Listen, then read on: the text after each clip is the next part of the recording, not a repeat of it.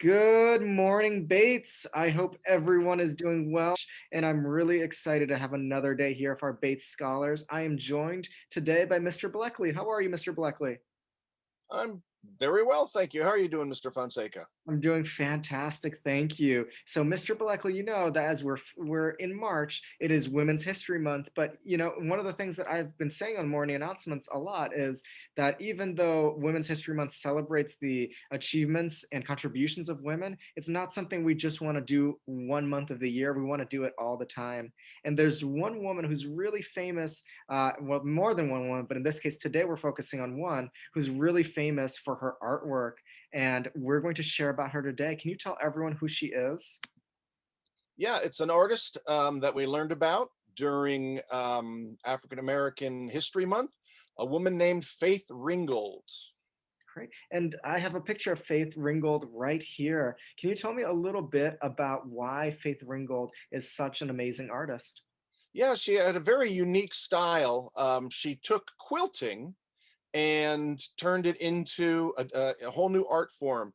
She uses it as a way to tell stories, not only of her own life, but also of the lives of African Americans through history and their struggles. And the one in the picture is her most famous one. It's called Tar Beach, and it's about growing up as a little girl in Harlem in New York City. Wow, that's amazing. And I noticed that she uses a lot of bright colors in her Mhm. paintings. As I'm seeing in this one, there's a couple of other ones who have sunflowers, and she's still alive today, right? She is in her 90s, and I don't know exactly what she's doing, but I'm sure she's keeping busy because she was quite an accomplished person who did That's a lot of things besides painting and quilting. That's fantastic. That shows, a lot of perseverance that she's, still painting today. And speaking of keeping busy, your students have been keeping busy with their artwork, isn't that right? Yep, I'm getting some fantastic results coming in. That's great. And one of them we're actually going to watch today, some a slideshow about Native American art. Can you tell us a little bit about it before we play it? Sure, this is part of our celebrating diversity theme this year in art.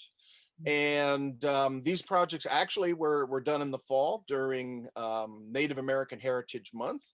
And there's projects from every grade, and they reflect mostly um, things that would have been made by tribes of the Great Plains, the part of the Midwest or the middle of the United States, and then projects that reflect the culture of tribes from the Pacific Northwest, which would be like Washington, Alaska, and Canada. And I also managed to find some authentic Native American music to go along with it. Now, I don't know which tribes the music comes from. They might not match up, but we do have some authentic Native American music to go with our artworks. That's fantastic. Let's go ahead and take a look at this work that our students have created.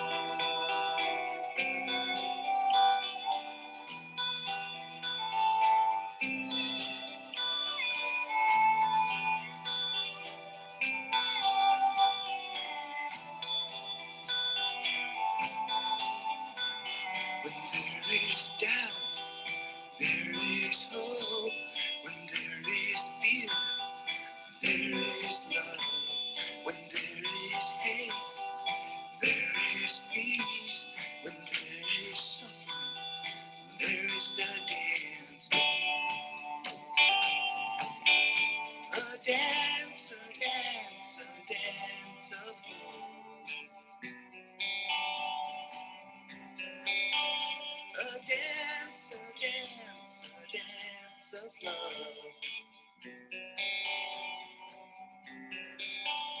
I dance, a dance, a dance of peace.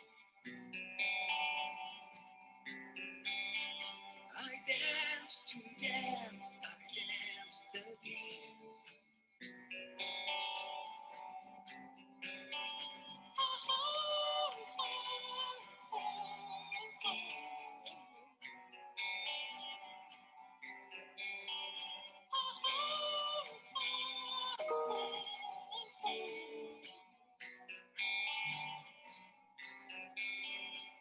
When there is doubt, there is hope. When there is fear, there is love. When there is hate, there is peace. When there is suffering, there is deliverance. Madaha upeyuno.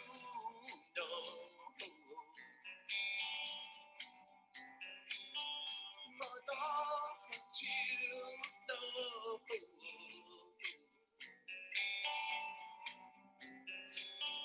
Madaha uyuno.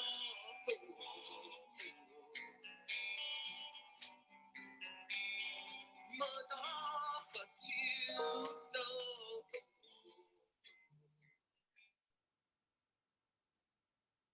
How cool was that?